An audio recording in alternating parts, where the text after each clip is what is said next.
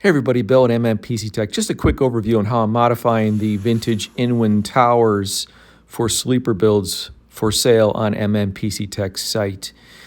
So the factory did a 80 millimeter exhaust location above the power supply in the rear, and then an 80 millimeter intake in the front behind the front bezel. And there's actually decent airflow from the factory bezel. It doesn't look like it is, but there is, because there's a huge opening on the bottom for your hand to remove the front bezel.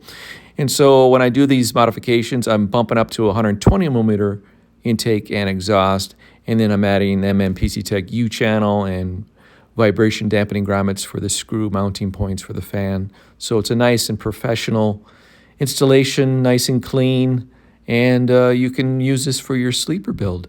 So there you have it, and thanks for watching, everybody.